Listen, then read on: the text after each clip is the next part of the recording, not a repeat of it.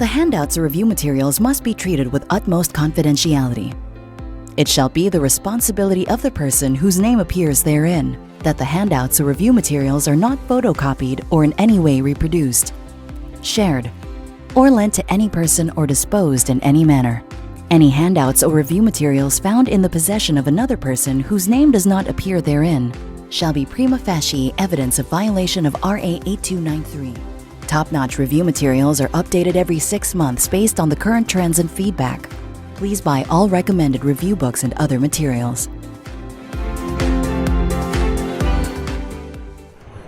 Okay, welcome to the Pulmocrit part of your I Am Top Notch review. Again, I am Dr. J.R. Magallanes and I'm a pulmo, so dapat chicken lang to. Alright, so let's start with your asthma. So you have an 18-year-old woman, overweight, presents at your clinic complaining of worsening non-productive cough and shortness of breath for the past 2 months, so chronic na. Both of our parents have atopic diseases. Note nyo yung mga naka-underline, ito yung mga buzzwords nyo in diagnosing your asthma and chronic cough. She is noted to be taking enalapril and sitagliptin. Both medications can cause chronic cough. Last month, she has experienced awakening from sleep, unable to catch her breath 3 times. She doesn't have any fever, back pain, or weight loss. On PE, the vital signs are stable and her chest showed expiratory wheezing. So, classic textbook description, di ba, ng asthma. So, the most likely diagnosis is chronic cough, likely asthma. Tanggalin nyo na sa utak nyo yung bronchial asthma. Yung bronchial na part is very problematic. Okay? So, asthma lang, okay na yon. The next best step is to stop the ACE-I and your sitagliptin. So, para ma-rule out mo yung mga madaling i-rule out na causes ng chronic cough. What is the mechanism of ACE-I-induced cough? So, this is due to the sensitization of your bronchial muscles to the accumulated bradykinin kasi nagba-backflow dahil nai-inhibit mo yung angiotensin pathway. What test will confirm the diagnosis in this case? So, like any obstructive pulmonary disease, asthma, or COPD, spirometry or your pulmonary function test can confirm your diagnosis of asthma. Kaya lang, syempre, pwede pa rin maging normal yung spiro mo if your patient truly has asthma, especially kung na-startan na siya ng inhaled corticosteroids. Kaya magiging problematic no? Kapag yung mga tao na, kunyari, na-startan agad ng inhaled corticosteroids, mahirap siya i-diagnose as asthma. Kailangan mo pang itigil yon bago mo ulitin yung spiro, just to confirm. So, medyo masakit sa ulo. What is the first line of treatment once diagnosis is confirmed? So, the first line is, take note, it has to be inhaled corticosteroid, no? Inhaled, hindi oral. Ayaw natin as much as possible ng oral steroids sa mga pulmonary diseases. What is the pathophysiology of this condition? So, the main pathophysiology is bronchial hyperresponsiveness. Meron din ito to some extent sa COPD, but this is the hallmark pathophysiology in asthma. Okay, so moving on to chronic cough, since nag-present yung patient mo ng chronic cough, no? So, 2 months na duration ng cough yung meron yung patient natin.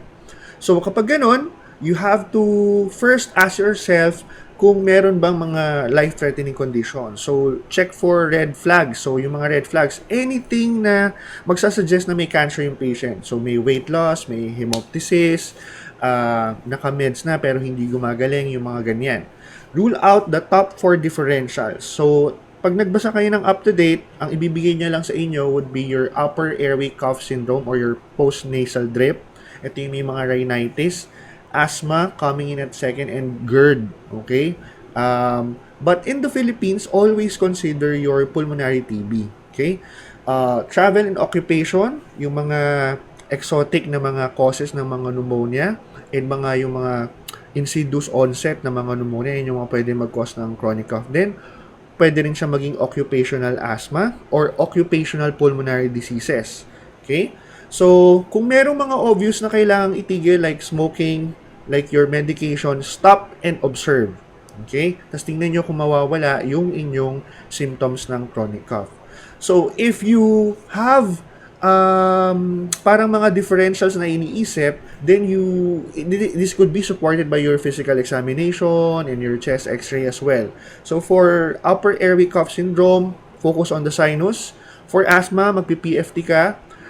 Be sure to request for PFT with reversibility na maneuvers. Kasi minsan pag sinabi mong PFT lang, pulmonary function test or simple spirometry lang yung gagawin nila. Hindi sila mag-challenge ng salbutamol, no? So wala kang reversibility criteria na makukuha dun sa report mo. So take note of that, magkaiba rin yung bayad nun. Pulmonary TB, so you can send your sputum AFB or your gene expert, and for GERD, you can do physiologic testing na hindi na masyadong ginagawa. Ang ginagawa na lang ngayon is empiric treatment of acid suppression, usually with a PPI. Okay? I'm sure dun sa mga nagbo-boards ngayon, dumadami ang may GERD, kakapi ng mga tao, no? So, how to diagnose asthma? So, you have to have the symptoms and signs, pati sa laboratory, ng chronic inflammation and airway hyperresponsiveness. So, medyo may temporal variability yung symptoms mo, umuulit-ulit siya, alam mo kung kailan siya matitrigger. Okay? So, pag tinignan natin yung cross-section ng inyong bronchial, ng inyong bronchi, between normal and asthmatic, hindi nyo makikita sa pathology, di ba? So, glandular yung epithelium, marami kang mucous secretion na naka-adhere dun sa epithelium, you have a very infiltrated na subendothelial layer, usually with neutrophil, hindi eosinophil, neutrophil pa rin ang main infiltrate nila, and you have a very, very muscular bronchial muscle, kaya siya grabe mag-constrict. Okay? So, watch out for the respiratory symptoms again, cough, wheezing, dyspnea, na usually episodic, and nape-predict ng patient kung kailan siya magkakaroon, and usually may trigger nga. And then, kailangan talaga ang spirometry test. You cannot diagnose asthma without a spirometry test. Na in real life, hindi masyadong ginagawa ng mga tao. Whether or not siguro hindi available or mahal or impractical. Pero personally, I think it's practical kesa naman masubject mo yung isang patient having chronic cough na naka-maintain ng asthma medications for a very long time tapos hindi naman pala siya asthma. Di ba?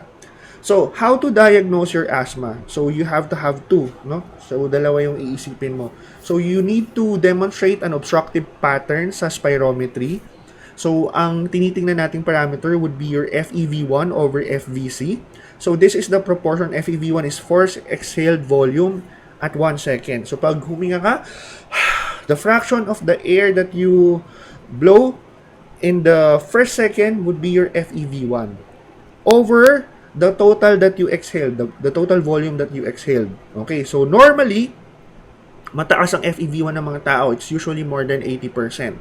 If ikaw ay asthmatic, nagtatrap in ka ng air, mabagal lumabas yung hangin from your lungs, such that your FEV1 would be lower. Sa GINA, ina-advocate na it's less than 0.8, pero pag nagbasa kayo ng Harrison's, it's a range, no? Less than 0.75 and less than 0.8. Ganun yung mga nagva-vary na cut-off nila. However, dun sa bagong GINA natin, starting 2022, ina-advocate na nila yung FEV1 over FVC less than lower limit normal. So, meron kang table niya, nakalist na dun kung ano yung lower limit normal mo for sex and age. Para siyang height chart, okay? Para mawala na yung iba-ibang cut-off ng mga institution. Sa PGH, for example, ang cut-off namin, 0.7 across the board for asthma and COPD. Pero pag tinanong kayo sa exam, ito yung pwede nyong isagot.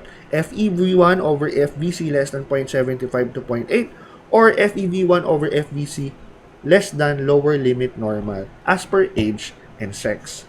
So, kapag na-demonstrate mo na yung obstructive pattern na obvious din sa flow volume loop, dun sa expiratory limb, you will see scooping. Okay? This is also true for COPD or bronchiectasis na may obstructive pattern. Basta obstructive ka, meron kang FEV1 over FVC na mas mababa than the normal or a scooping pattern sa flow volume loop. Then you have to demonstrate the reversibility. So, you have the reversibility criteria. Dati, 3 lang to, pero ngayon nadagdagan.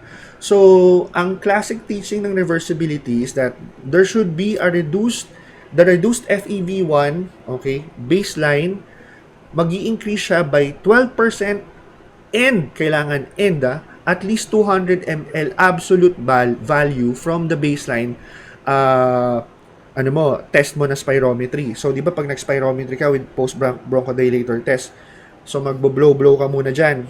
First, so magkakaroon ka ng FEV1, FVC, FEV1, over FVC baseline. So, you get that. And then, you will be given salbutamol by the technician. And then, after 15 minutes, you will blow again. And then, you will have a new set of FEV1, FEV1 over FVC, FVC, and stuff like that.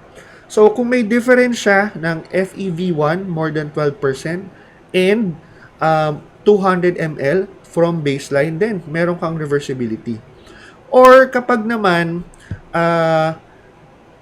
nagkaroon siya ng, kunwari, meron siyang baseline na spirometry before, tas na-startan ng ICS, ipaulit mo na lang yung ICS after a month. Tas compare mo yung dalawa. Kung nag-decrease din, kung nag-increase din yung FEV1 niya, gumanda yung pulmonary function, and nag-increase by absolute number ng 200 ml yung FEV1 niya, then you can call it reversible. Okay? Doon sa mga asymptomatic, usually mga nagsisiman, gustong patunayan talaga kung may asthma or wala for insurance purposes, umaabot kami sa Methacholine or Histamine Challenge. Ang meron tayo is Methacholine Challenge test. So, St. Luke's meron ito. So, Methacholine para siyang nagtitrigger siya ng bronchitic reaction. So, mag-o-obstruct ka. So, it's medyo dangerous siya to some extent, kaya kailangan meron kang code card kapag ginagamit to. So, kapag nagbigay ka ng Methacholine and pag nag-decrease yung FEV1 niya naman, kabaligtaran, ng 20%, then may airway hyperresponsive na siya. Hindi siya routinely ginagawa kasi nga medyo complicated siya. Kailangan mo ng code card, kailangan handa yung code team kapag ginagawa to. Doon sa latest na GINA, parang in-acknowledge nila na, okay, mahirap mag-spirometry, hindi siya masyadong accessible, lalo na sa third world. So, dito papasok yung handy na peak flow meters. Ito yung peak expiratory flow, yung ginagamit sa pediatric asthma. Diba? So, if you have 20% increase in your peak expiratory flow, 15 minutes after 2 puffs of your salbutamol, or an improvement of your peak expiratory flow after 4 weeks of ICS. So, parang yung spirometry criteria mo rin. Then, you can call it reversible na. Okay? Once you have those two, then diagnose mo na siya ng asthma. But medyo tricky yung diagnosis ng asthma, diba? Magkakaroon ka ng problem dyan, na-startan siya ng ICS, hindi makapag-spiro yung patient, or kapag pumasok yung patient mo on exacerbation. Kapag pumasok yung patient mo on exacerbation, take note of this one. Kapag may clinical urgency na mag-start ka ng treatment, then you can give empiric initial treatment. And then, diagnostic testing after na lang. Kapag na-control mo na yung symptoms and ready ka na tanggalin for a while yung kanilang ICS and salbutamol for a day just before the test ng spirometry para diagnose mo talaga as asthma. So, how do you treat run-of-the-mill outpatient stable asthma? So, you have two types of medications. Sa latest GINA guidelines ng 2023, medyo madami ng classification ng medication. Pero hindi ko pa sinama dito kasi hindi pa naman siya sikat. And masyadong magulo yung classification pa. And I think magja-jumble-jumble pa siya sa future. So, let's stick with the classical teaching of relievers versus controllers. So, relievers, ito yung mga pag binigay mo, magkukos siya ng bronchodilation, agarang benefit for the patient. So, classically, this includes your short-acting beta agonist, your salbutamol, okay? Eto yung tablet na salbutamol, hindi counted yun. Only inhaled. Okay? Ang tablet na salbutamol, hindi talaga siya nag-e-effect sa asthma at all, clinically. Okay? So, wala yun. Methylxanthines, theophylline, and aminophylline, hindi na siya ginagamit dahil sa narrow therapeutic index nila. Ginagamit na lang siya sa mga status asthmaticus if you're really push against the wall in giving your theophylline drip or whatever kung talagang suko ka na sa ibang bronchodilator. Yung ICS formoterol, the formoterol part, formoterol is a long-acting beta agonist, but it's also rapid onset. So, doon sa mga bagong guidelines natin, nakita nila na if you use your formoterol with ICS, kasi wala namang nabibiling mag-isang formoterol. So, if you use ICS and formoterol as a reliever, okay lang. maganda yung benefit niya, nakaka-reduce ng exacerbation without increasing the pneumonia risk. So ngayon, kasama na yan sa single maintenance and reliever therapy for asthma, yung mga ICS plus formoterol. Basta may formoterol yung inhaler mo. Yung mga controller naman, this actually is the talagang gamot, no? It's the real medication that knocks out the pathophysiology of asthma, which is airway inflammation. So your inhaled corticosteroids is the mainstay in this, followed by your systemic steroids na binibigay lang natin usually kapag may severe attack or kapag uncontrolled sila dun sa high dose na inhaled corticosteroids. You can also add in your LABA, especially dun sa mga nasa severe na mga nasa step 4, step 5, okay, ng treatment. And then you can add your leukotriene modifying agents like Montelukast. This is very good for smokers and asthmatic. Wala na tayong masyadong cromolyn sodium. And for the severe form, I think hindi kayo makakatakas kasi ngayon marami ng monoclonals na lumalabas, not only for asthma but for several diseases. So you have to know or be aware that these medications exist. Your anti-IgE, your omalizumab na binibigay twice a month, every month, no? IV yan. Very, very mahal, mga 80 to 100,000. And your anti-IL-5, your mepolizumab. Okay, so again, ICS is the most effective in the first line in patients with persistent asthma. Low dose, very, very efficacious unlike your systemic steroid. So you won't have any steroid side effects with that.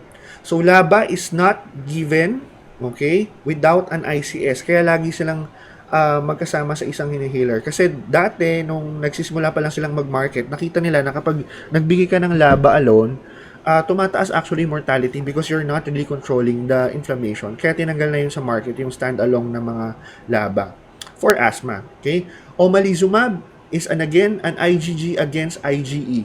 No? So this is given for severe cases. Theophylline, I've said about that, narrow therapeutic index. And if you are indicated to use beta blocker, kung heart failure yung patient mo, cardiac yung patient mo, use a beta blocker. Okay? Mas maganda kung cardio-selective like nebivolol or carvedilol. Okay? Para hindi siya ka-counteract dun sa mga medications mo for your asthma. Okay, so how do you choose your medications? So you first assess, confirm the diagnosis, spirometry, history, and PE. You assess the comorbidities, control them, type 2 DM, weight loss, etc., etc. And always check for inhaler technique. Minsan kasi uncontrolled lang kasi hindi naman marunong gumamit ng inhaler. So you have two prongs in this approach. Meron ka yung, if you want to be very evidence-based, kukunin mo yung mga 2-4% difference ng exacerbation risk. And for the convenience of it all, then you could have your SMART, your single maintenance and reliever therapy. So you only have your ICS formoterol, be it budesonide or beclometasone plus formoterol, kung ano yung gusto nyo doon. Symbicort is your budesonide plus formoterol, yun yung pinakasikat sa market. So you could have this, you could have it as your reliever, and you have step 1, 3, and 4, and 5 as your reliever. Symbicort din or ICS formoterol. Nagkakaiba-iba na lang yung doses mo. Doon sa baba, if you have patients na medyo hindi maka-avail nung Symbicort or ng ICS formoterol formulation kasi medyo mahal, or sanay na sila doon sa salbutamol, mga matatanda na nabuhay nung salbutamol as reliever therapy era, pwede mong i-follow pa rin yung reliever as needed plus ICS LABA na maintenance mo. Ang kailangan mo lang ditong i-assure is that kung magbibigay ka ng SABA as a reliever, kailangan i-ensure mo na hindi na-abuse yung SABA at kailangan sure ka na natitake niya yung ICS LABA. Kasi an abuse of SABA leads to an underuse of ICS, and the underuse of ICS leads to more mortality. Kaya yung mortality ng asthma actually dalawa. Nasa mild and nasa severe.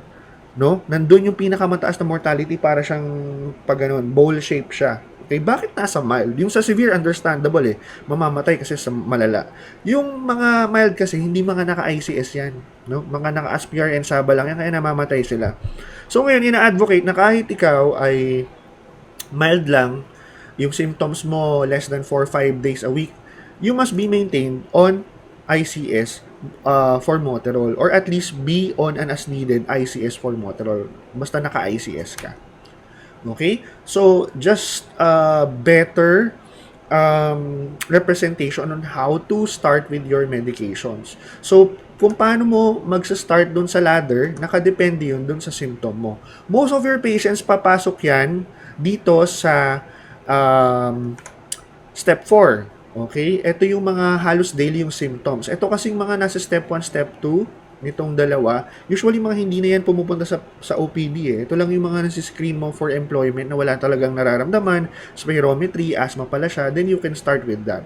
Sa step 4, ito yung mga talagang symptomatic. So you will start with medium dose steroids. Your medium dose steroids, ang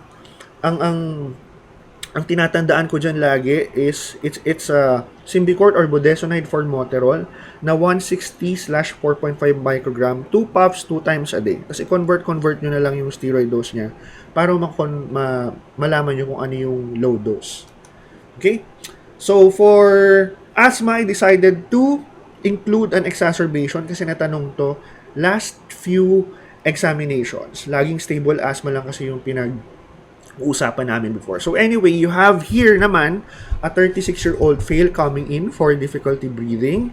Heart rate is a 130s, RR at 40s, 120/80, SATs still 98%. And on PE, the patient could only mouth words and has a very quiet chest. Kapag quiet chest na, ibig sabihin, sobrang tight na nung air entry mo, so wala ka na halos marinig. Yung pagsasalita ng patient, malayo pa lang dapat alam mo na kung yung exacerbation niya, mild, moderate, severe. Mild, nagsasalita, nagkakapagkwentuhan, machika pa yung patient mo. Kapag phrases, it's moderate exacerbation. Okay? Pag severe, nagmamouth ng words, di na makapagsalita, yan talaga yung for sure, nasa ER, pwedeng ma-ICU. Okay? So, notes on history ng patient, you have childhood asthma. Okay? Recent initiation of smoking. Usually, nangyayari to ngayon. Nagsistart ng vaping, tas asthmatic pala ng bata, tas magre-resurge yung asthma nila. You have normal x-ray, and on home meds, mukhang severe na siya talaga na asthma, or nandun na siya sa uncontrolled, no? Nasa step 4-5 na to. Kasi naka-oral prednisone na siya, tapos naka-up-titrated na siya na inhaler, 52 puffs BID na siya ng salmeterol fluticasone, which is your medium dose na. Okay? Ay, actually, 2 puffs bid pala. So, medyo high dose na to. It's already high dose. Okay? So, pertinent negatives, walang fever yung patient, walang purulence ng sputum, and walang chest pain. So, wala sigurong pneumonia. Mukhang asthma lang talaga na exacerbation. So, this is a severe exacerbation of asthma, and the next best step is treat agad. Okay?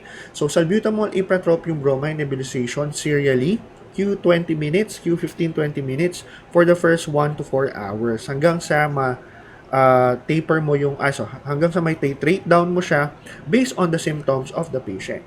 If the patient doesn't respond to your serial SABA and becomes drowsy, what is the most urgent step? You intubate your patient. Okay? What is the most likely cause of the drowsiness? Kapag natulog-tulog siya, malamang nag-hypercarbia na yan. So, nag-ARF type 2 na yung patient mo. So, if the patient still has wheezing, so status asthmaticus yung patient mo, na-intubate na, may ventilator desynchrony, sobrang obstructed ng patient mo, ano pa yung mga pwedeng ibigay mo? So, you basically throw the book to the patient, you give mag sulfate drip, you give Heliox, inhale to na helium para magiging streamlined yung pasok ng hangin sa kanya, hindi turbulent flow, laminar flow, so mas swabe yung hangin. Or you can add your leukotriene inhibitors such as your Montelukast.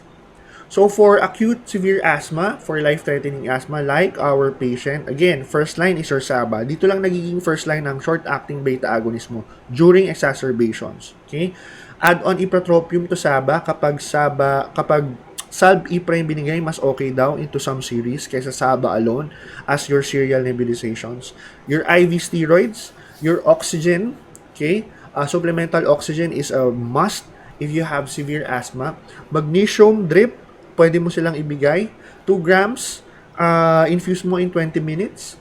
And then, pwede kang mag-order ng ABG, chest x-ray, para alam mo yung next step mo. I-ICU mo ba yung patient? Tatitrate down mo ba yung vent mo, isesedate mo ba siya, mga ganyan. Yung peak expiratory flow, ginagawa lang to if you have mild to moderate exacerbation. Kasi hindi mo na mapapa-peak flow ang mga severe exacerbation. So, ito yung mga pwede mo naman palang pauwiin after serial nebulizations. Nag-improve na yung PEF nila. So, you just send them on oral steroids. Mga ganun yung mga galawan natin dyan. So, sa asthma in pregnancy, lahat binibigay. Okay? Take note lang na lahat ng medication natin for exacerbation like SABA, ICS, theophylline, pati theophylline, it's safe in pregnancy. Okay? So, exercise-induced asthma, ang ginagawa lang dito, before 15 to 20 minutes before the exercise, mag-bronchodilate ka lang with your inhaled bronchodilators, but it is still prevented by your maintenance ICS. Other treatment considerations. So, if your blood eosinophils are more than or equal to 300 per microliter, rule out parasitic infections like strongyloides, especially if may mga dogs around. If blood eosinophils are more than 1,500 per microliter, consider your Churg-Strauss or your EGPA, yung sakit ni Chris Aquino. Okay? So, mag-work up ka towards doon. Always refer to a specialist to further categorize type of inflammation for appropriate treatment options. Kasi dito papasok yung mga anti-IgE, mepolizumab, mga tezepelumab, yung mga ganyan-ganyan na monoclonal. So, pharmacologic options kapag severe, your monoclonals, okay? You can add on LAMA, your tiotropium, okay, na Respimat, that could work if severe. Add on low-dose azithromycin for its anti-inflammatory effects, usually 2 times a week yan. And you can add on low-dose oral corticosteroids as last resort. Ano yung nangyayari sa Pilipinas? Usually, nandun tayo sa OCS, hindi siya nagiging last resort kasi mura lang siya eh. No? Tig to 2-4 pesos lang ang prednisone na 5 eh. Ang mamahal nitong iba. No? So, sana dumating tayo sa point na kaya na natin magbigay ng iba. So, let's now go to COPD. So you have here a 60-year-old man, smoker, complains of worsening shortness of breath with minimal exercise and the onset of dyspnea at rest. He also reports productive cough with yellowish-brown sputum every morning throughout the year. On PE, has barrel-shaped chest and faint expiratory wheezing on chest auscultation. So halos pareho lang yung asthma and COPD. Usually matatanda lang to and may significant smoking history yung patient. So, you look for dyspnea, cough, sputum production, and smoking history. So, the best initial test in COPD would be chest x-ray kasi makikita mo doon na barrel chest, emphysematus yung patient, marurule out mo rin kung ibang may problem siya. What is the most accurate test would be your pulmonary function test. Dito, hindi mo kailangan na magpakita ng reversibility. But you will still request for PFT with reversibility or with post-bronchodilator studies para ma-rule out mo kung may concomitant asthma yung patient. Kasi mahirap nang masabi yun, di ba? You can also have adult onset asthma. So you will look for the obstructive pattern. What is the best diagnostic test during exacerbation? It would be your ABG. That would tell you if okay lang siya ng oxygen, iba-BiPAP mo ba or non-invasive ventilator, or i-intubate mo yung patient. What is the target oxygen saturation? That would be more than 90% in general. Mamaya pupunta tayo dun sa breakdown yan. What is the most common risk factor for these patients? It would be smoking, no? Tobacco smoking. Sa mga non-smoker naman, usually, ang mga nagtitrigger niyan, mga biomass fuel. So, yung mga babae na nagluluto or nag-iihaw-ihaw using charcoal, uling, or any biomass, nagsisiga sa bahay everyday, sila rin yung pwedeng magkaroon ng COPD. Okay, lalo na sa rural areas. So, COPD is clinically and physiologically defined by persistent respiratory symptoms and airflow limitation that is not fully reversible. Ibig sabihin, you can see a change between your post-bronchodilator and your baseline FEV1 pero hindi aabot dun sa more than 12% and absolute 200 ml increase. So, yun yung gusto niyang sabihin dito. And anatomically, yung COPD mo is comprised by your emphysema, your bronchitis, and your small airway disease na nandun sa mga medium-sized bronchiole mo. So, yung less than 2 mm. Okay, so this is common in smoking or smokers. Okay? Ano ba yung mga significant history natin ng smoking? At least 10 pack year. Okay? Pero studies have shown now na even if less than 10 pack year, nagkakaroon ka ng COPD. Kung meron ka mga baseline problems before, nagka-TB ka before, etc., etc. So, this is the classic X-ray picture of your COPD patient. Flattened diaphragm, emphysematous, masyadong black yung patient mo. On lateral film, you will see barrel chest. So, meron kang space between your mediastinum and your sternum, and then flattening diaphragm. So, yung flattening ng diaphragm, very significant yan kasi it's correlated with the dyspnea of the patient. Remember, yung zone of apposition, no, yung diaphragm na tumatabi dun sa lower costophrenic angle mo, the more na nakadikit siya, mas maganda yung mechanics ng breathing mo. Pero kapag flat siya, konti na lang yung zone of apposition mo, on a disadvantage yung breathing ng patient. Kaya sila hingal and hindi maka-cope up sa exercise. So, classic symptoms, dyspnea, chronic cough, chronic sputum production, other manifestations, sinabi ko na. So, also look for mga signs na medyo malala na yung COPD or kung meron na siyang complications nung COPD. Katulad ng cachexia, weight loss, bitemporal wasting. Pwedeng mangyari yan, no? Kahit walang cancer yung patient. Pero pag nakitaan mo ng clubbing plus this one, plus these things, mag-isip ka na ng malignancy kasi clubbing is never a symptom or sign of COPD. Okay? Also look for signs and symptoms of right-sided heart failure. Manas ba yung patient mo? Hingal na hingal ba siya? Meron ka bang palpable P2? May problems ka ba with RV heave? Yung mga ganyan-ganyan. Kapag meron ka na nito, baka naman core pulmonale na yung patient mo. Baka may right-sided heart failure na siya. Okay. So, how do we diagnose your COPD? So, the definitive diagnostic test, like asthma, kasi pareho silang obstructive pulmonary disease, would be your spirometry. So, unlike asthma, ang cutoff natin sa COPD, mas strict tayo. Less than 0.7 FEV1 over FVC. Note that in asthma, again, I am reiterating this kasi lumalabas siya sa exam. Sa asthma, it's less than 0.75 to less 2.8. Okay? So, other supportive tests would be hyperinflation and X-ray. Pinakita ko na kanino. Nag-i-increase yung hematocrit mo sa CBC. Sign yan na chronically hypoxemic yung patient mo. You have a right heart enlargement on ECG. Ano ba yung right heart enlargement on ECG? Right is height. So, mataas yung P. P pulmonale. Usually sa V1, V2. Doon yung makikita yon. CO2 retention on ABG. Okay, makikita mo rin dito kung acute or chronic yung compensation. Kapag chronic na yung compensation, ibig sabihin, uncontrolled na yung COPD ng patient. And then, ngayon sa bagong guidelines ng GOLD, ito yung bago. Nire-recommend na nila na magkaroon ka ng at least low dose plain chest CT scan for baseline laboratory workup ng mga COPD mo. Bakit? Kasi number 1, makikita mo yung mga differentials, bronchiectasis, TB, makikita mo agad. Okay? Makikita mo agad kung candidate siya for mga surgeries like yung mga emphysema na nasa isang lugar lang, yung mga apical emphysema, yung mga pwede mong ipa-opera kasi na COPD papalobectomy mo or whatever. Number 3 is that mataas yung concordance ng lung cancer and COPD kasi ito rin yung mga taong nagsusmoke. So sila rin yung mga nagkakaroon ng cancer. So you want to look for pulmonodules whenever you have a COPD patient. So, always compute for the appropriateness of the compensation. So, kailangan alam niyo yung mga ABG values, no? Hindi na ako pupunta doon. You should know this.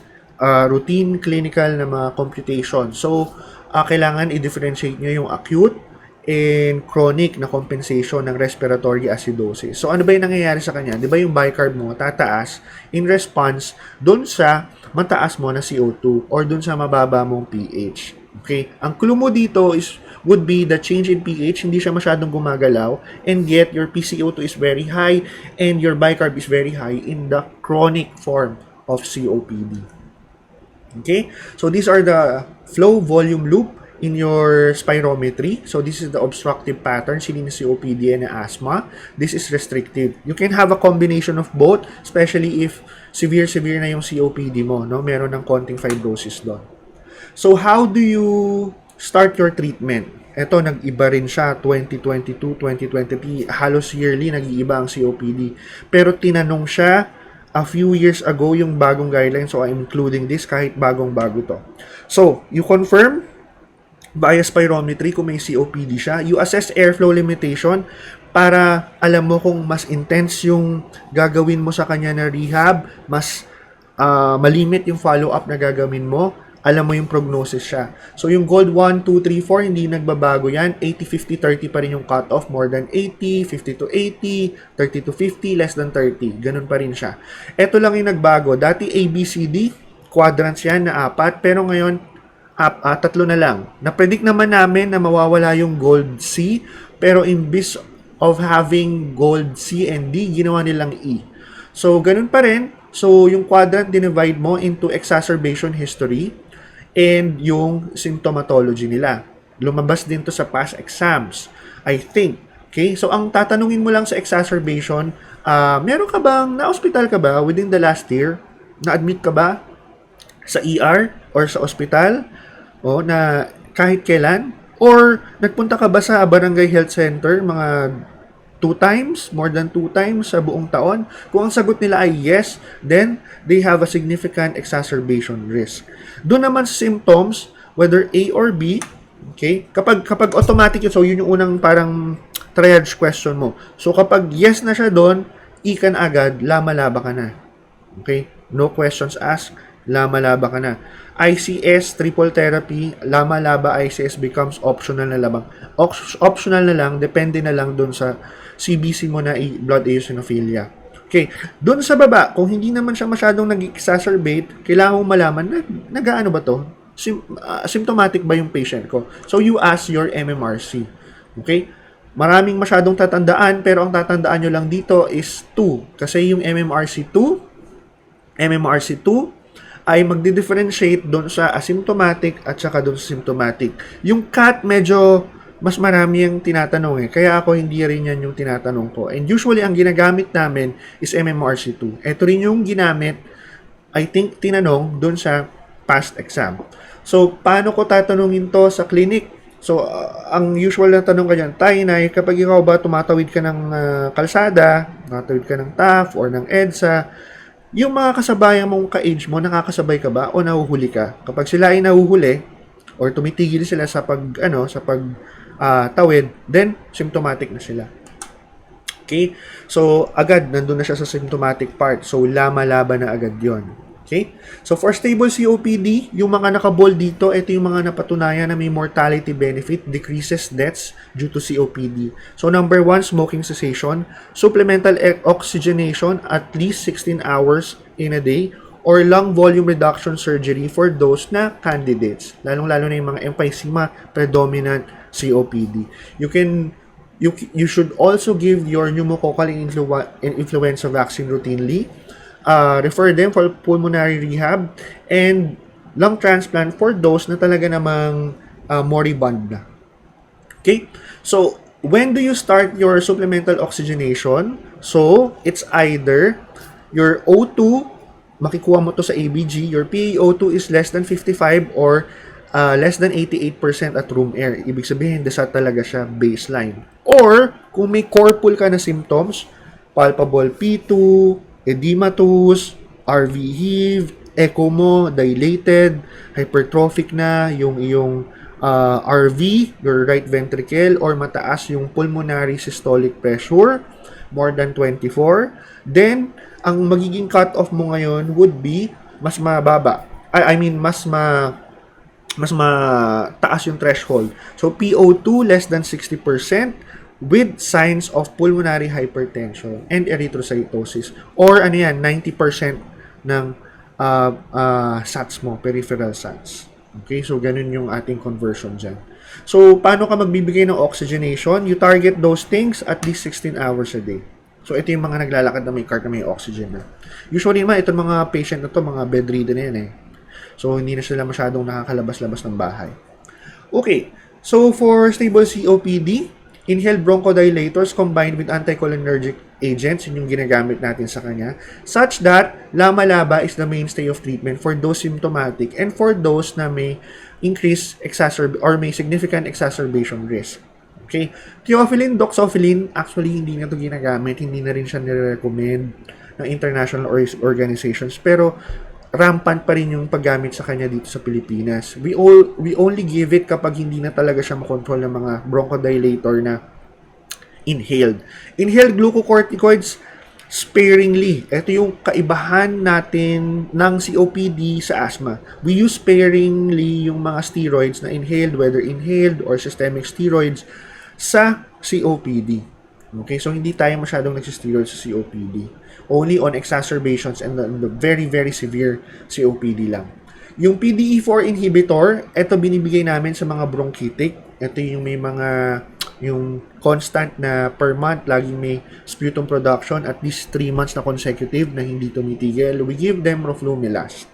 Okay, usually mga symptomatic tong patients nito. So, papatak siya sa Group B and Group E patients. Okay, kapag naman may exacerbation, it's like asthma. You throw the book to the patient. You give SABA-SAMA serial nebulization. You give systemic steroids, whether oral or systemic na IV. Okay, ang kaibahan lang din sa asthma, dito sa COPD, robust yung ating evidence for the use of non-invasive positive pressure ventilation or your BiPAP. Okay, so if your pH is about less than 7.35 but not less than 7.2, and your PCO2 is hypercarbic, more than or equal to 45, meron kang severe dyspnea and may muscle fatigue ka na, so may use of secondary accessory muscles of breathing ka na, and meron kang persistent hypoxemia despite oxygen supplementation, then you can start your BiPAP. If nag-fade siya sa BiPAP, yung cardiorespiratory distress pa rin yung patient mo kahit naka-BiPAP siya, very desat, natutulog na siya for whatever reason, then you can intubate your patient. Okay, but ang caveat lang dito, if you are thinking or gung-ho ka na talagang ang iniisip mo ay yung kanyang pag-decrease ng sensorium is because of ARF type 2, then you can intubate still your patient. You can still offer non-invasive ventilation to your patient. Kasi kapag nag-BiPAP ka, ma-release mo lang yung CO2 from the patient, from the lungs of the patient, okay na siya eh. No? So, dapat okay na siya. Alright. So, for smoking cessation, kailangan tandem to. Kapag mayroong ka COPD patient, you also counsel your patient how to stop smoking. Kasi, walang kwenta yung mga inhaler mo kung nag-smoke yung patient mo. Tutuloy-tuloy lang yun. No? Easier said than done, but I'm telling you now that smoking cessation is part of your COPD, should be part of your COPD consult. Okay? Tapos, sa smoking cessation mo, ano yan, kailangan may behavioral change, so psychobehavioral, cognitive counseling, sasamahan mo ng medications. Kasi mas effective siya than stand alone, either of the two. Okay? So, sa Philippines, ang available natin would be your nicotine. Usually, lozenges yan. Wala na yung patch eh. I'm not familiar kung may patch pa. May gums din tayo. Tapos, meron din tayong Chantix or your Varenicline. Okay? Your bupropion, wala niyan dito. Pero, it's a known antidepressant din. So, usually, yung mga may depression, tapos chain smokers, pinapabili namin sa Hong Kong ng bupropion. Okay, yung mga mayayaman to. Mahal din naman yan lahat na yan eh. So, anong nangyayari kapag run-of-the-mill na typical Pinoy patient na COPD? So, talagang verbal abuse. Now, verbal counseling lang, yun yung doon na pupunta, and your medications. Okay? So, tinatanong din to, what are the 5 A's of smoking cessation? Pwede siyang lumabas sa IM, pwede siyang lumabas sa PrevMed. Okay? And the 5 A's, kapag ikaw ay magka-counsel, would be ask if willing to quit, advise to quit, assess the willingness to quit, okay? And assess yung surroundings niya, kung able ba siya or capable ba siya of quitting, assist in quitting, offer your medications, offer psychiatric help if needed, and then arrange for follow-up. Kailangan nagpo-follow up sa inyo routinely, not for the COPD, pero for the smoking cessation. Okay? So that's it for the obstructive diseases. See you in the next part. Okay, so welcome to respiratory failure and ARDS. So let's start. You have a 60-year-old male presenting at the ER in hospital in Manila with a weak history of non-productive cough, fever, generalized body malaise, and a recent 2-day history of exertional dyspnea. The patient has a 70-pack-year history of smoking. He didn't have any MI stroke in the past. He recently lost his wife to COVID-19, and 3 of her children are admitted at the pain floors with the same symptoms. So this is a real patient, no, nung kasagsagan ng COVID a few years back. Baseline, you have a BP of 140/80, heart rate 110, RR 38 with a SATs of 89% at best. The patient is at face mask at 15 LPM. His JVP is normal and the breath sounds are clear. Initial ABG showed the following, so exercise lang to ng ABG skills nyo. So PA 7.49, little high. PaCO2 is 24. So it's low. PaO2 is 50, so it's low. Bicarb is 24.8, still normal, and SATs is 89%. Since pH is high and the PaCO2 is low, so this is respiratory alkalosis with hypoxemia kasi ang baba ng SATs and PaO2. So ARDS is a heterogeneous clinical syndrome of severe dyspnea of rapid onset, hypoxemia with diffuse pulmonary infiltrates na makikita nyo sa x-ray, leading to the patient's respiratory failure and demise. No? The 3 discrete pathologies of ARDS are exudative, proliferative, and fibrotic stage na medyo nag-overlap. Sa pathology, doon tinatanong yung days, pero clinically, hindi masyadong nagmamatter. Now, nung nagkaroon ng Berlin criteria doon sa noong 2012, year to no gumraduate ako, napansin nila na maraming pumapasok na doon sa Berlin criteria as ARDS na hindi naman ARDS. Hence the term pseudo-ARDS. So ito yung mga papasok na acute onset, bilateral infiltrate, super hypoxemic patient. Pero hindi katulad ng mga ARDS patients na matagal yung course. Ito sandali lang na i-extubate mo na agad. Usually these patients have multilobar pneumonia na madaling nagre-respond sa mga medication. So, second day pa lang, nabababa mo na yung PEEP, FiO2, tapos okay na clinically yung patient mo. Yung typical na differential mo for ARDS would be cardiogenic pulmonary edema. Kasi acute siya, pareho sila ng manifestation sa X-ray. Ang kaibahan, your ARDS has non-cardiogenic pulmonary edema, mainly driven by increase in oncotic pressure inside the alveoli caused by the protein-rich edema fluid. So, naghahatak siya ng tubig from the interstitium papasok doon. So, it's oncotic pressure. Sa cardiogenic pulmonary edema, kabaligtaran. So, you have increased hydrostatic pressure from the vessels, from the endothelium, pushing in water inside the alveolus, and both of which can flood the alveolus, leading to bilateral alveolar pulmonary infiltrates na nakikita pareho sa cardiogenic tsaka non-cardiogenic edema. Pwede mong ma-differentiate based on sa location, sa x-ray. Pero pag masyadong severe, pareho, magkamukha na rin sila. Now, sa history, if you are considering ARDS, kailangan alam mo yung mga cause niya.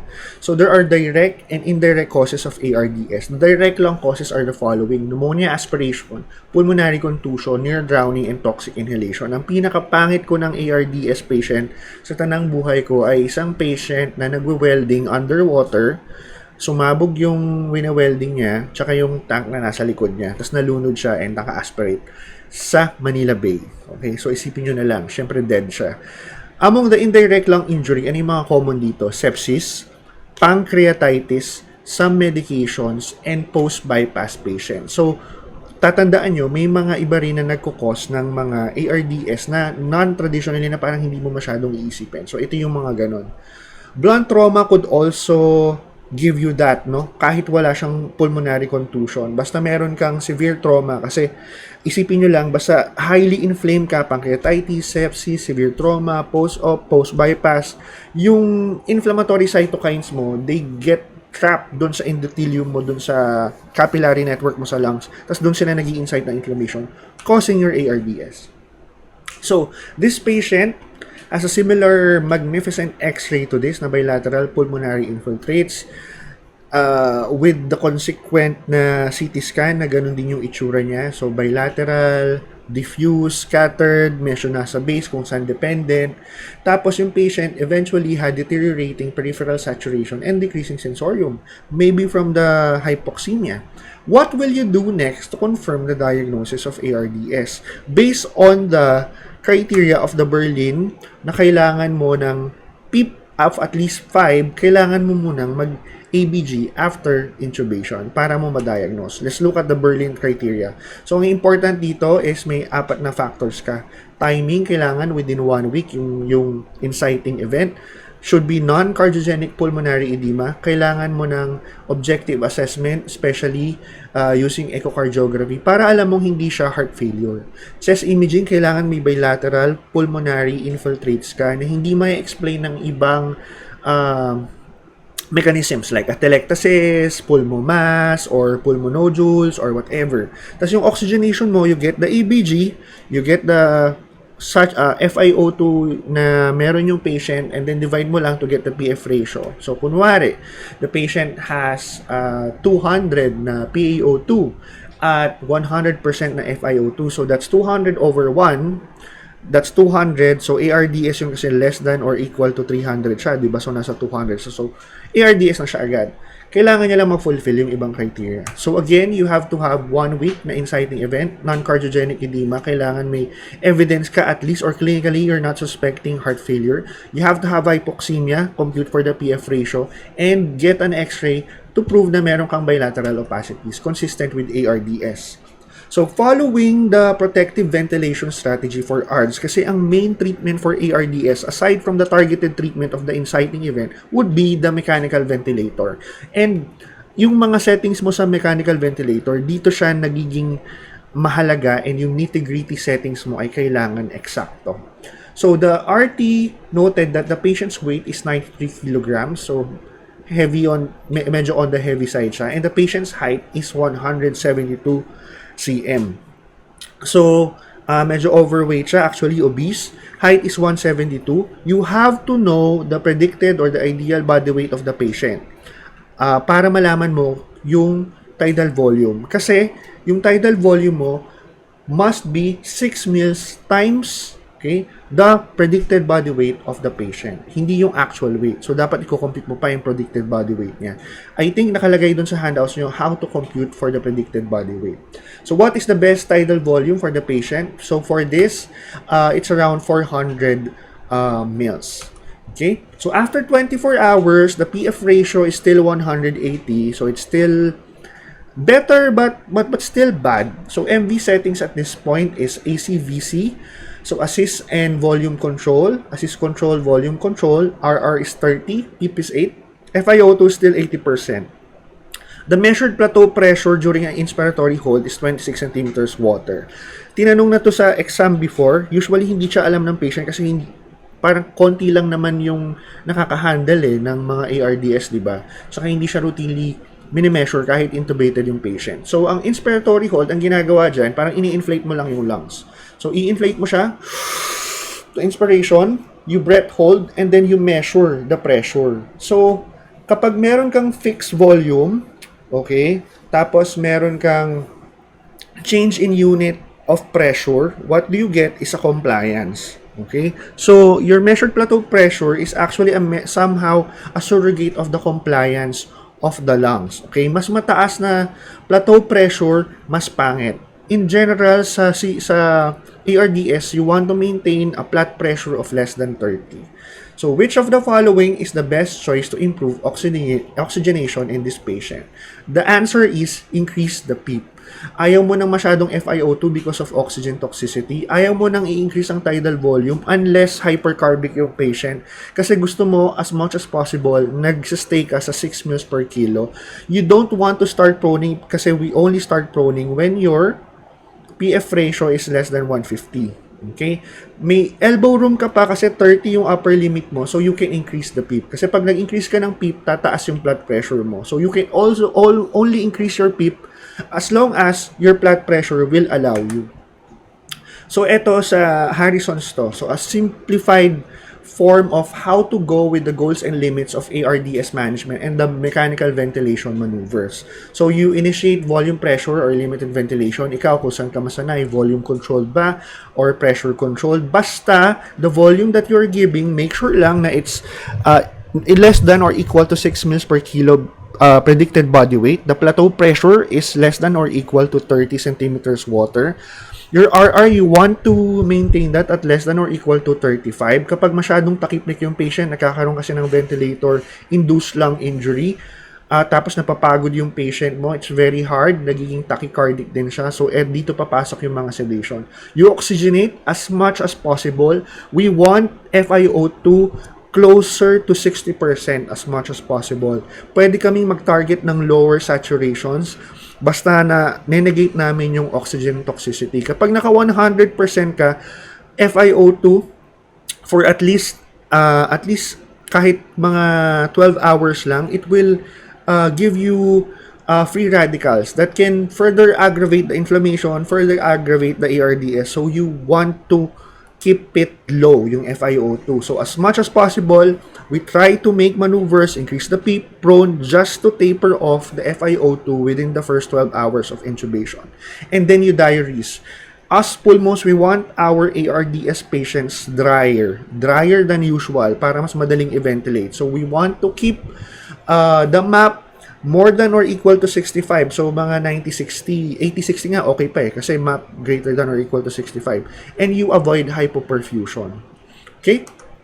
So, in mechanical ventilation, there's only one grade A evidence that supports a decrease in mortality in ARDS patient, and that is low tidal volume. Ito yung 6 mils per kilo. We want it less than that. Imagine 9% absolute reduction in ARDS mortality.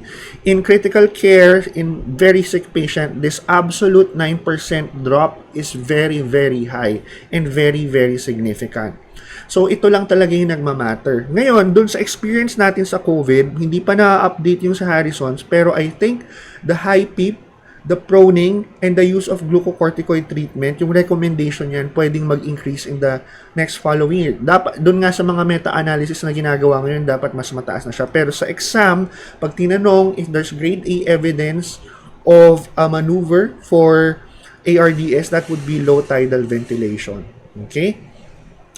Pupunta tayo dun sa ibang interventions. So, other grade B, yung mga susunod na would be keeping the patients dry. So, kasi ang nalaman natin, yung mga may net INO na patients sa ICU and naka-ventilate na ARDS, mas matagal silang nag-stay sa ICU and naka-vent kapag mas basa sila. So, we employ open lung strategy. So, we use a generous amount of PEEP. Huwag matakot sa PEEP. Yun yung yun yung aking message dito, kasi yung iba lang na nasa probinsya na magugulat kayo, mga hindi nagpipip yung mga tao, hindi ko rin sila maintindihan. Open lang strategy, ibig sabihin nagmamaneuver kami ng recruitment maneuvers every so often, depende na yan, okay? Not at your level, pero pwedeng itanong. And then we can prone patients. Proning patients at least 16 hours or 2 shifts a day. Okay, so binabaliktad namin yung patients. That's to free up the dorsal parts of the lung na mas madami talaga yung volume niya. So, mas gaganda yung inyong compliance. Now, ECMO is extracorporeal membrane oxygenation. So, basically, it's like a dialysis for your lungs. Actually, pag naka-ECMO ka, pwedeng mo nga extubate kasi meron ka namang nag-oxygenate. Okay? So, ang ginagawa dito, for ARDS na masyadong mababa yung PF ratio, yung mga very severe, very sick, less than 100, ito yung mga ini-ECMO natin. Okay? NMG blockade. So, just imagine, ikaw ay hypoxemic in respiratory distress. So, you tend to breathe very, very rapidly and very, very shallow. Ganun yung hinga mo, di ba? Kapag severe ka in respiratory distress. And yet, ang gusto namin sa ARDS na ventilatory management is a very, very low tidal volume. So, just imagine yung 400 kanina for a 72 kilo, for a 172 mga 5'8", 5'9" na individual, it's just 400 ml, dalawang basong tubig lang yun. It's very, very small. So kapag binigyan ka nun, it's very hindi talaga siya physiologic. You will really buckle and you will fight with the ventilator. That's why, for these patients, we tend to sedate, heavily sedate, and kapag hindi pa rin kaya ng sedation, we block, okay, with rocuronium, cisatracurium, yung mga ganyan, yung mga ginagamit sa anesthesia. Noong COVID, medyo rampant yung paggamit niyan, pati mga IM residents napapagamit ng mga ganyan, na normally hindi nila ginagamit dati, pero walang choice, no? So again, ito yung mga interventions. I think itataya ko sa future, magbabago yung ating classification ng ARDS because much of our interventions, ang starting point natin is PF ratio of 150. Parang doon nagsa-start kung magpo-prone ka na ba, mag-ECMO ka ba, mag-neuromuscular blockade ka ba. Okay? So, yun lang yung mga tatandaan nyo dyan. So, ECMO, proning, neuromuscular blockade, nagsa-start lang yan at 150 na PF ratio. Low tidal volume ventilation para sa lahat. Actually, yun ine-extend na nga nila for non-ARDS Pero I'm not a firm believer of that. Now, jumping to SARS-CoV-2, alam ko nasa IDS part to, dun sa lumang handout. Hindi ko alam kung na-jumble na, pero take note, sinama ko na rin kasi medyo related. So, SARS-CoV-2, you must know the tidbits. Okay, it's SARS-CoV-2, nagsimula late 2019 pero much of the surge 2020 nangyari. The initial infection classically is a pneumonia going into ARDS. The peak of ARDS is on the second week sa natural course niya. Second week, so doon sila nag-intubate, nag-hypoxia, namamatay, na-ICU, etc. etc. Ngayon na na-vaccinated na halos lahat ng tao, may booster na rin. Typical naman ngayon nakikita namin sa OPDs, long COVID. So, long COVID, natanong to sa last exam. These are symptom clusters that develop during or after COVID-19 for more than 2 months. Okay? So, parang chronic symptoms not explained by an alternative diagnosis. So, pwedeng bumabobo ka, hindi ka na masyado nakakapagsagot ng crossword. May mga ganun kaming patient. Yung iba, dyspnea, fatigue, mga athletes before, wala na dun sa peak performance level nila, napapansin nila. Okay? Ito yung mga pwedeng consequences ng long COVID. Strokes, hypercoagulable states, myocarditis are also known consequences of long COVID.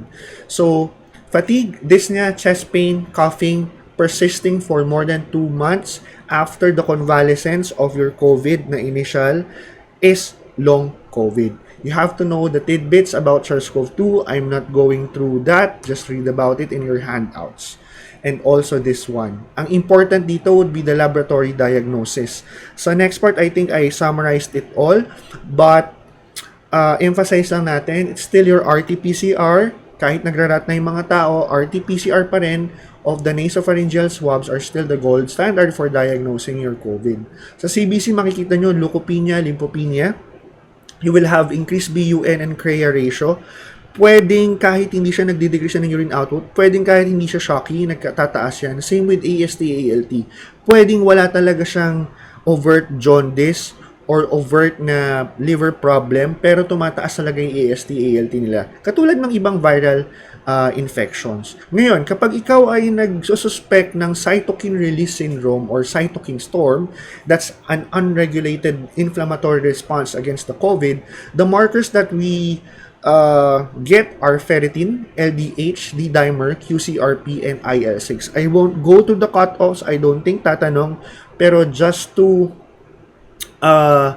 make you informed about the inflammatory markers used in COVID. And then, procalcitonin, since viral siya, hindi siya classically mataas sa purely COVID infection. Kung mataas yan, mag-isip ka ng concomitant bacterial infection. So, for treatment, magsisimula lahat sa precaution. So, ano yung quarantine? Gano'ng katagal? Ito yung WHO na and DOH na parang recommended. So, for mild and boosted, it's 5 days. Moderate, severe, and boosted, 14 day. For no vaccine, 21-day quarantine, katulad nung dati. Okay? You only admit patients na moderate to severe or for those mild na parang walang masyadong kasama sa bahay. Yan yung mga pwede mo lang i-consider na i-admit. So, this is a table. Nandiyan din sa handouts nyo. Sinama ko lang dito yung mga treatment options nyo. So, for differentiating mild, moderate, severe, critical, ang unang-unang tanong, symptoms. Siyempre, kung may symptoms. And number 2, may x-ray ka ba or may signs and symptoms ka ba ng hypoxemia or pneumonia? May crackles ka ba? May hypoxemia ka ba? With or without an x-ray, malalaman mo naman yan. So, if with signs of pneumonia or hypoxemia, you ask for dyspnea and difficulty of breathing naman, para malaman mo naman kung siya ay moderate, severe, or critical. Kasi ang mga moderate, pwede mo pa rin i-admit lang pero sa wards lang sila. Pero for the severe and critical, i-ICU mo talaga sila for closer monitoring. And what differentiates severe from moderate naman, it's the SATs at room air. Kung nagde-desat sa room air, kailangan ng high flow, kailangan ng O2, that's already severe. Okay, and you want to admit that to the ICU. For mild, supportive lang, hydrate, Paxlovid. Okay, mahal yan. Mga 20-21K. So, Remdesivir, it's moderate. Okay, IV. Actually, sa mild, pwede ka mag-Remde. 3 doses lang. As opposed to the moderate severe na 5 doses. No, parang 5-day course. Sa mild, pwedeng 3-day, kaya lang, OPD pa rin. Tas IV. So, medyo mahirap, di ba? So, for moderate, automatic, nag-Remde kami. Severe, kapag may hypoxemia ka, mag-add ka na ng steroids. And if critical, think of a cytokine release syndrome. So, you may want to start your patient on tocilizumab. Basta, wala siyang bacterial infection. Diyan papasok yung procalcitonin mo. Kasi prohibitive siya kung mataas yung procal. So, treatment in patient could be dexamethasone for severe hypoxemic, Remde, 5 to 10 days. 5 days yung minimum natin. 200 loading dose and 100 to complete 5 days. And tocilizumab, okay, for those with cytokine storm or with ARDS. Now, for mild patients, ito yung mga pwede nating options. Molnupiravir, ito yung mga mas mura, mga 5-6K lang yan. 200 mg per capsule. 4 capsules BID for 5 days. And your Paxlovid, your Nirmatrelvir, and your Ritonavir. So, 300, 100 mg. So, nasa packets yan, no? Parang 3 tablets yan na iti-take mo. Nirmatrelvir na 150, tsaka 100 na rito. Tama ba ako? Basta ganun. Basta tatlo yan. BID for 5 days. Okay? Let's now move on to shock. So that's your SARS-CoV-2 and your COVID, pinagsama ko na sa kanya, tsaka yung ARDS kasi medyo related sila. Let's now go to another crit topic which is circulatory shock. So medyo binago ko yung case kasi parang na-highlight lang dati is cardiogenic shock. Tapos sa past exams, nagtatanong ng septic shock and hypovolemic shock. So, nagbago tayo ng konti. Case 1, you have a 65-year-old male, readmitted. Tandaan nyo lang, 3 case itong ipepresent ko. Chief complaint is somnolence, fever, and increase in tracheal secretions. Re-add siya kasi 1 month prior to consult. Na-admit siya sa ICU for 2 weeks as a case of subarachnoid hemorrhage, CRIBC, UTI, and HAP. He was discharged on trach and on antibiotics for 3 weeks. During the last 24 hours, anuric na yung patient mo. Vital signs nila lahat for the cases, pare-pareho. So, the patient is tachypneic, tachycardic, a little bit on the low side of saturations, and hypotensive at 70-50. X-ray of this one showed multilobar infiltrates, pero may discrete ka na infiltrate dito sa right, left, upper, and right mid. Case 2, 57-year-old male coming in for dyspnea and decrease in sensorium. Hours prior to consult, he complained of chest pain and palpitation. Supposedly insulin requiring and diabetic but opted to have herbal meds, no? Medyo typical history yan ng mga makukulit na diabetic. Pumasok siya, diffuse mass reticular na infiltrates, hilar edema, bilateral pleural effusion, LVH. Okay, so medyo cardiac, 'di ba? Yung una, mukhang septic. Ito mukhang cardiogenic. Case 3 naman, 34-year-old male, young, multiple gunshot wound. Nakikita mo pa yung bullet sa right upper quadrant, nasa liver na part. At the ER, he was pale, diaphoretic with deteriorating sensorium. Once you have bullets going to the right upper quadrant, ayaw na ayaw mo yan kasi madugo yan. Okay, so this mukhang hypovolemic shock lang siya entirely kasi the x-ray is normal. So shock is an organ dysfunction resulting from an imbalance between cellular supply of oxygen mainly and nutrients and the demand for it. So at the cellular level, shock is a state of tissue hypoxia. So tumataas yung lactate mo, tumataas yung anaerobic metabolism mo. Nagsishift from aerobic to anaerobic kasi nga hindi ka nasusuplayan for whatever reason. It's either kulang yung supply or tumataas masyado yung demand mo as for sepsis. Early recognition and assessment of the type of shock is important in the first moments of shock treatment kasi nade-determine ito kung ano yung unang gagamitin mong pressor or kung gaano ka zealous mag-hydrate sa patient mo. Takot ka bang mag-hydrate? Itutodo mo ba yung hydration mo or whatever? And it can make or break your patient. It can spell life or death for your patient.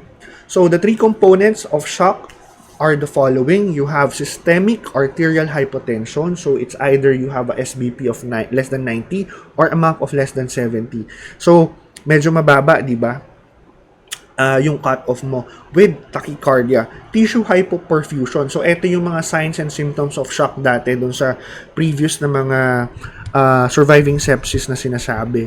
So neurologic, so we have altered mental state, so may confusion, obtunded, no? You have cold, clammy, cyanotic extremities kasi may reflex vasoconstriction ka, and very very important na may miss out usually is the decreased urine output. Again, I think i-discuss ko to or na-discuss ko sa nephropart ng acute kidney injury.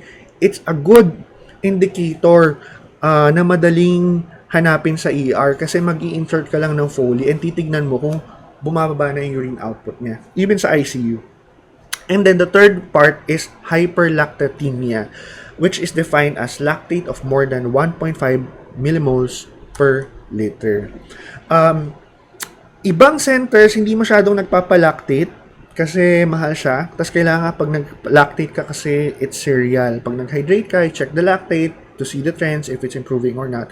And minsan mahal siya and delay lumalabas yung results.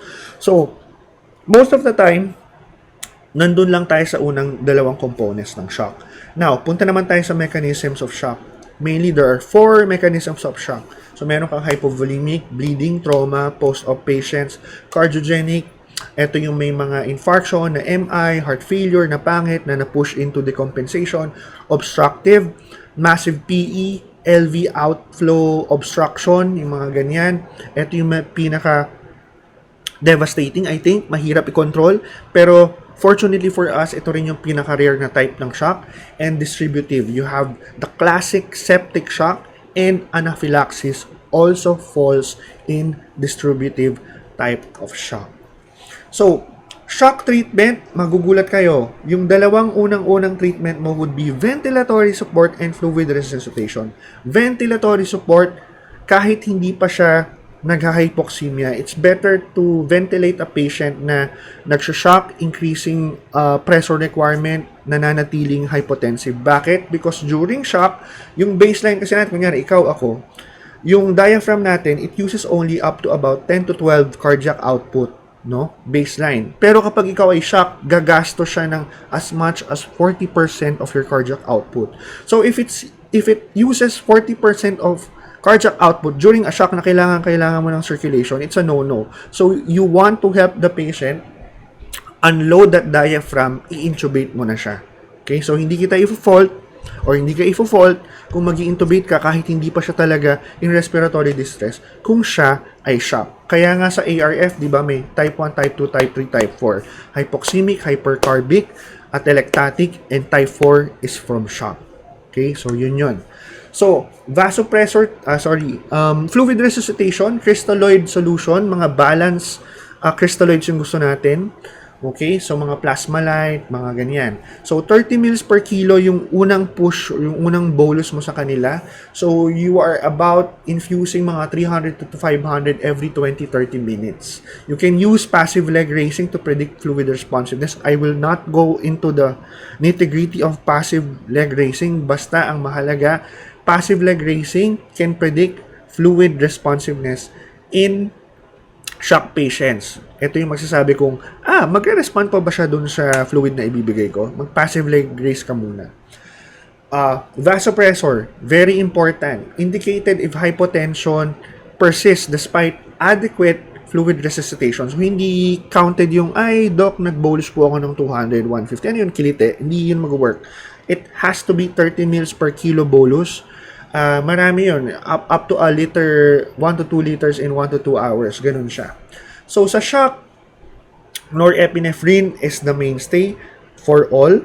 Okay? Especially if BP is less than 80/60.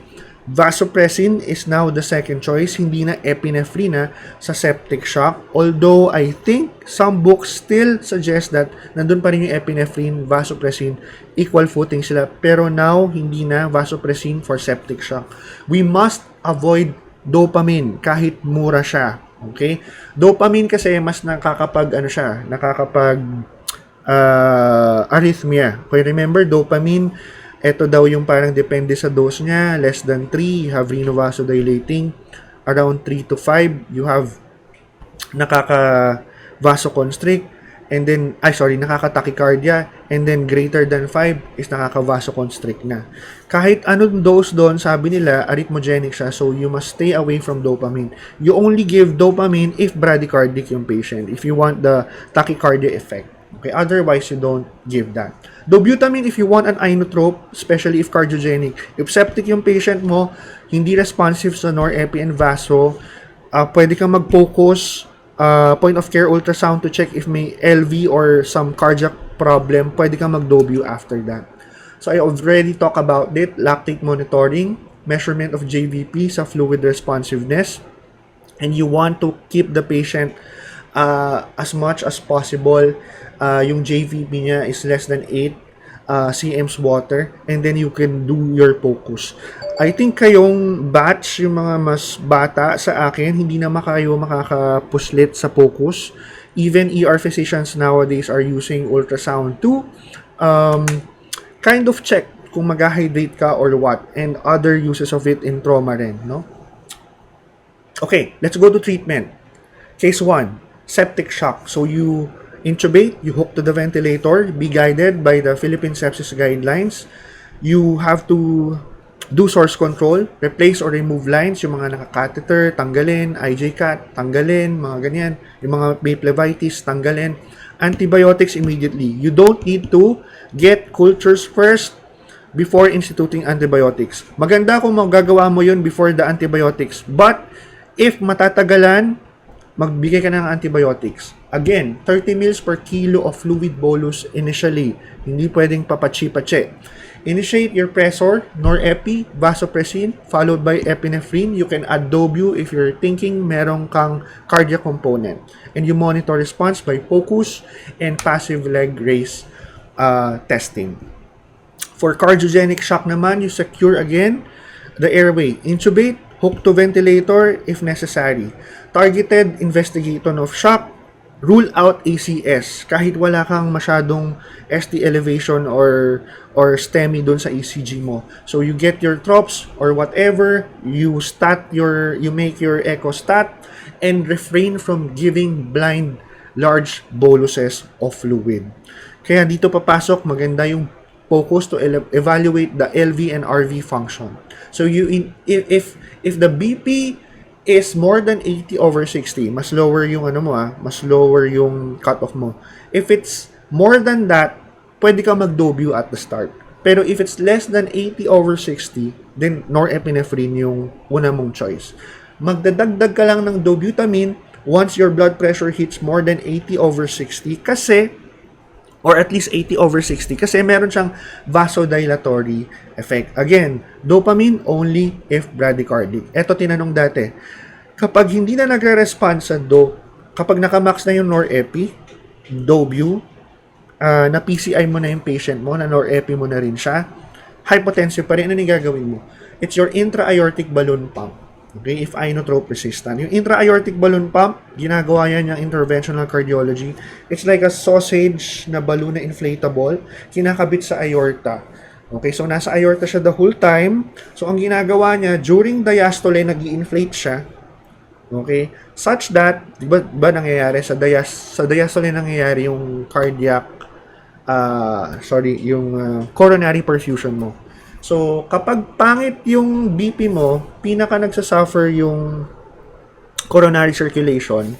So, ang gusto mong i-augment, okay, ay yung diastolic blood pressure. So, ang gagawin nito, deflate siya sa systole, inflate siya sa diastolic pressure para maintain yung coronary perfusion mo. Okay, so ganun siya.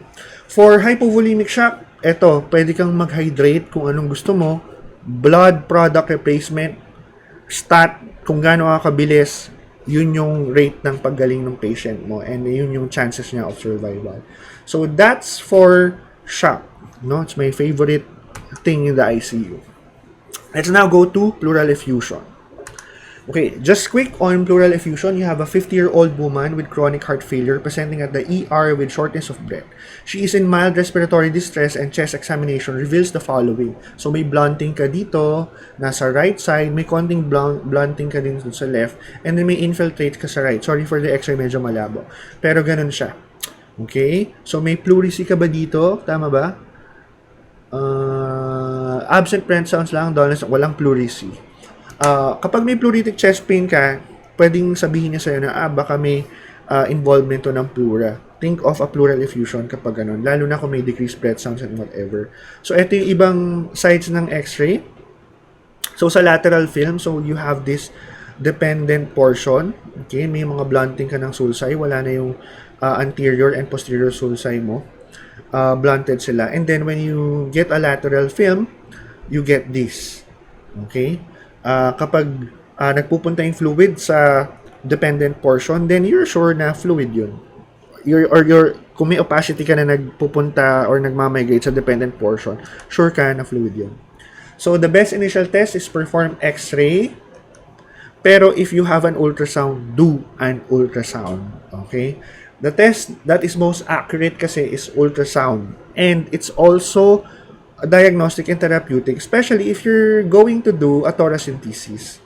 So, if you want to do a thoracentesis, ano nga yung rule dito? Saan ka tutusok? Above or below the rib? Above the rib. Kasi nasa below the rib yung nerve bundle mo. Ayaw mo nun, di ba? So, ano lang yan? Anatomic correlate lang. Usually, tinatanong din sa exam. So, for this one, kung ikaw ay kukuha ng thora and you are going to send the fluid, ano yung isasend mo? So, think of the Lights criteria kapag ikaw ay magsisend ng pleural fluid for thoracentesis. So, you have to have the LDH, the protein as well.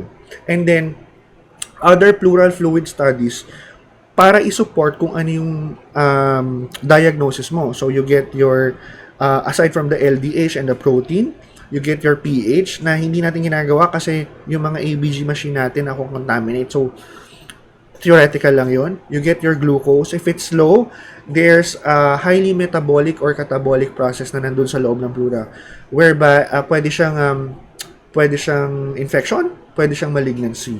Okay, basta inflammatory state. Ano pa yung pwede mo? Cultures. Gene expert, AFB, you can have biopsy, your cytology. Okay, yun yung mga ibang pleural fluid studies mo. What should be the result of the above gradient to consider transudative effusion? So, for example, kumuha ka dito sa patient na to, ang Lights criteria mo shows na siya ay talagang exudative. So, ibig sabihin, PF ratio mo, mga 0.8, 0.9, mga ganyan. PF ratio, LDH and your protein ratio, medyo mataas. Pwedeng maka-misidentify kasi ng isang true blue transudate, pero nagiging exudative yung labas niya. Minsan, kapag ikaw ay kumuha ng Lights criteria, especially nangyayari to for those na, kunwari, heart failure ka, nag-furo ka, di ba? So, natanggalan mo siya ng fluid. So, medyo mako-concentrate yung nandun sa loob nung pleural fluid mo. So, pwede siyang maging exudate, kahit transudate naman siya. So, the next thing to do is to get the gradient between the protein. So, kung yung protein gradient nila is more than 31 or more than 3.1 grams per deciliter, yung exudative effusion na seemingly nakuha mo ay totoong transudative effusion naman. Okay, so let's go to the case na mukhang heart failure kasi bilateral siya, di ba? Tapos, may cardiomegaly. Okay, so the most common cause pa rin ng pleural effusion is your LV heart failure na isang transudative pleural effusion. However, globally, TB is the most common cause naman. Pero it's an exudative effusion. Malignancy comes in second as the most common cause of exudative effusion, and 3/4 of which are composed of the following. So, breast, lung, and lymphoma. Ito rin yung mga nagme-mets, di ba? Kung mapapansin nyo, ito rin yung pag tinanong na, ano yung mga common na mets sa lung? Okay? It's intrapleural mets ng lung cancer, breast, and lymphoma. Okay? So, I've said this already. Lights criteria can misidentify 20% of transudates as exudates. That's why pinakamahalaga yung protein gradient. So, ito yung Lights criteria natin. If PF serum protein is more than 0.5, PF serum LDH is more than 0.6, or the LDH is 2/3 above the normal serum limit. So, pwede mo na siyang i-call ng exudate. Kahit isa lang dyan. Okay? Kahit isa lang dyan. Pero among those things, ano yung pinaka-sensitive? It's the LDH more than 0.6. Okay? So, kung pipili ka, kunya na mahirap yung patient mo, hindi mo siya mamasasend lahat, you get the LDH instead of the protein. Okay? So, other clinical considerations na management, katulad ng kinakainin ako, pwede kang kumuha ng ibang pleural fluid studies like your glucose. If it's low, less than 60, you think of malignancy, bacterial infections, rheumatoid arthritis, baka pa empyema pala yung patient mo. Eto, common question, bedside, wards, kahit consultant ka na sa exam mo, IM, or whatever, I think TCVS, tinatanong din siya. When to consider invasive procedure once you get your TORA? In increasing order of importance. Number 1, loculated pleural fluid, pH less than 7.2, pleural fluid glucose is less than 60. Kung magpa-positive yung gram stain mo after a few days, or grossly pus yung nakita mo. So kapag ganyan, grossly pus, lumabas yung gram stain, or yung glucose mo medyo mababa, you think of empyema, you convert your torasynthesis into a chest tube insertion. Okay, so much for pleural effusion. Sorry, pumipiyok. Punta na tayo sa PTB. Okay. So, PTB, medyo tumahimik siya nung COVID. Di ko alam kung bakit. Di siguro tayo nagkakahawahan. Pero, it's still a problem today. Okay? So, you have a 27-year-old man, IM resident, presents with blood-tinged cough, fever, and night sweats for 1 month. Typical, no? Yung mga papasok ng residency, meron at meron dyan magkakaroon ng TB, especially if you're on a public institution. He is a non-smoker. He had the history of primary complex when he was 6. PE shows decreased breath sounds on the right upper lung filled with bronchi, and the X-ray shows a right apical infiltrate with cavitary mass. So, meron kang atelectasis, your minor fissure is pulled back, meron kang relative hypoaeration dito, you have traction bronchiectasis, and meron kang cavity formation sa right upper. Dito sa kabila, meron ka ring mga linear opacities, relatively pulled up din yung major fissure mo, and you have apical infiltrates as well. So you have TB, no? Nasa apex sila kasi gusto nila ng aerophilic kasi sila. So what is the most likely diagnosis? This is presumptive pulmonary TB kasi wala ka pa namang AFB. You only have your X-ray. So, what is the best initial test? That's sputum AFB or Gene Expert. Gene Expert, kung available, no? Available naman yan ngayon. Medyo accessible na siya, unlike before. So, if you have, if you are to send a specimen, send a Gene Expert. Not only can you identify the TB, you can also test kasi kung may rifampicin siya na resistance. Okay, so, mape-predict mo na kung ano yung gagawin mong medication sa kanya or kung anong type ng TB treatment yung kailangan ng patient mo. So, what form of TB is considered the most infectious? It's cavitary and laryngeal. But take note, hindi lahat ng cavitary nakikita mo in in a setting na TB is only cavitary TB. Always do your CT scan kapag nakakita ka niyan. Kasi your SCWCA, your squamous cell lung carcinoma, can present as a cavitary lesion din. And usually, nasan sila? Right upper din. The same place na nandun yung inyong TB. Makes life worse, no, sa amin. Kasi lagi siyang differential. Hindi mo siya matatanggal. So, kapag may cavitating lesion sa right, I always do a CT scan just to check the lymph nodes and kung may nagtatagong mass doon sa bronchiectatic part. So, yun yung mahirap, unlike dun sa pedia, kasi yung pedia, yung primary TB, medyo madaling makita. Puro hilar nodularities lang siya. And the infection, like this, may infection ka here and then meron kang gone focus. Okay, and may gone complex ka. Unlike dun sa post-primary ng adult, so you have predominantly mga upper lobe na infiltrates. Okay? Between upper right and upper left, mas common ang TB sa upper right. Okay, hindi ko alam kung bakit. So, I use the CPG 2016 kasi ito pa rin yung sikat. I think may mga NTP MOP, medyo nagkakaiba lang nitty-gritty, pero it's the same banana. Yung buong general schema of how we treat TB, it's the same. So, for adults and for adolescents, more than 15 years old, ito yung ating criteria. So, hindi mo iintayin ng chronic cough at least 2 weeks, presumptive TB. Unexplained cough of any duration, tapos meron kang kakilalang TB sa surrounding, presumptive TB. Chest x-ray finding suggestive of PTB. Kunwari, pupunta ka ng somewhere, seaman ka, nakitaan ka ng x-ray finding na suspicious for TB, presumptive TB ka. And if you have any of the following symptoms, okay, you are presumptive PTB unless proven otherwise hindi ka TB. So, tinanong din to previous years kung ano ang close contact, kung ano ang definition. So, a close contact is a person who shared an enclosed space for extended periods within the day with the index case during the 3 months prior before commencement of the current treatment episode. Yung kasama sa bahay talaga. The most common etiology of hemoptysis worldwide is still TB, bronchiectasis, and bronchitis. Yun pa rin siya. Okay? Worldwide is TB, bronchitis siya sa industrialized countries. Ano ang typical cause ng massive hemoptysis sa TB? Yung mga life-threatening.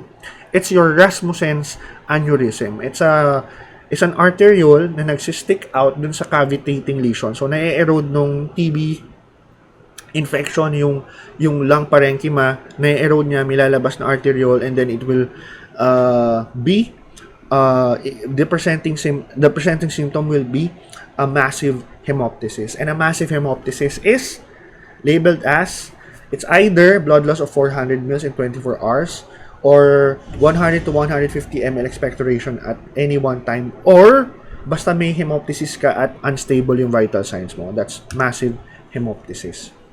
Okay. Diagnosis. So, punta tayo sa presumptive, pupunta tayo sa confirmed case. Magiging bacteriologically confirmed ka lang if nag-turn out positive ka sa smear microscopy or sa gene expert. The way we do our smear studies na, iba na, hindi na 3 days, no? Ginagawa na lang yan for employment purposes. Pero for us, to be more effective, to be more efficient, mas matipid din for the government, we do the 2 sputum 1 hour apart, spot, same day collection. So, sputum, wait ka after 1 hour, sputum. If at least 1 turns out positive, we treat. Pag sputum gene expert, isa lang, kailangan mong sputum collection, and then we treat. TB culture, kapag nagko-consider ka ng DRTB, or if you are ruling out NTM, non-tuberculous mycobacterium, then you request for TB culture. TB culture is still the standard. Okay? Ngayon, ano naman yung ibang testing na ginagawa natin for TB? So, maybe you've heard of the TST, of the tuberculin skin test. It cannot be used to diagnose active TB. Pwede lang siya sa latent. Okay? It's the preferred screening for us na third world country for latent TB infection. So, kunwari, pupunta kang States, or seaman ka, or nurse ka, or whatever, may patient kang ganyan. Nakitaan sa x-ray, sputum negative, gene expert negative, pero ayaw payagan. Okay, so ang ginagawa dito, pinapa-screen ng latent TB. So, i-screen mo sila ng latent TB para malalaman mo kung magsi 6 months siya ng isoniazid for latent TB treatment. Okay? Yun. So, wala tayong kawala. As a country na endemic yung TB, talagang mainit sa atin ang lahat. So, talagang marami kayong magkakaroon ng patients na ganyan. Maraming mare-refer sa inyo. Kahit hindi kayo pulmo, kahit hindi kayo IM, be ready to handle TB patients. So, our categories are the following. So, 1 and 1A, 2 and 2A. So, yung 1, yun lang ay for the virgin cases. New pulmonary TB, new miliary, new extrapulmonary. Ini-extend mo lang yung 2HRZE, 4HR into 2HRZE, 10HR kapag meron kang CNS TB, TB of the bone and joints kasi hindi siya masyadong na pa-perfuse ng medication. So, matagal yung needed na treatment for that. Ngayon, if you are gene expert, rifampicin, tawag dito, meron kang resistance, okay, ito na yung mga pwede sa'yo. For retreatment, extrapulmonary, ito na yung 2HRZES, 1HRZE, 5HRE, category 2 treatment. So, retreatment of rifampicin susceptible PTB and extrapulmonary TB except nung CNS bone joints kasi sa CNS bone joints hahabaan mo pa rin into 12 months. Okay, so for bones, joints, TB, CNS TB, 12 months yan. 12 months. Okay, nagiging 8 months lang dun sa category 2 if you are to treat a retreatment case of rifampicin susceptible PTB. Kapag DRTB na, refer na kasi iba na yung mga choices mo for that. Okay, so pre-treatment evaluation, hindi routinely ginagawa to. Hindi ko alam kung kulang lang sa education, pero I want you to know and you have to practice this. So, identify patient at least for yung mga magtataasan yung AST, ALT nila. Ito yung mga alcoholic, screen for Hep B, get baseline AST, ALT for this patient, also for HIV patient. Baseline testing for visual acuity,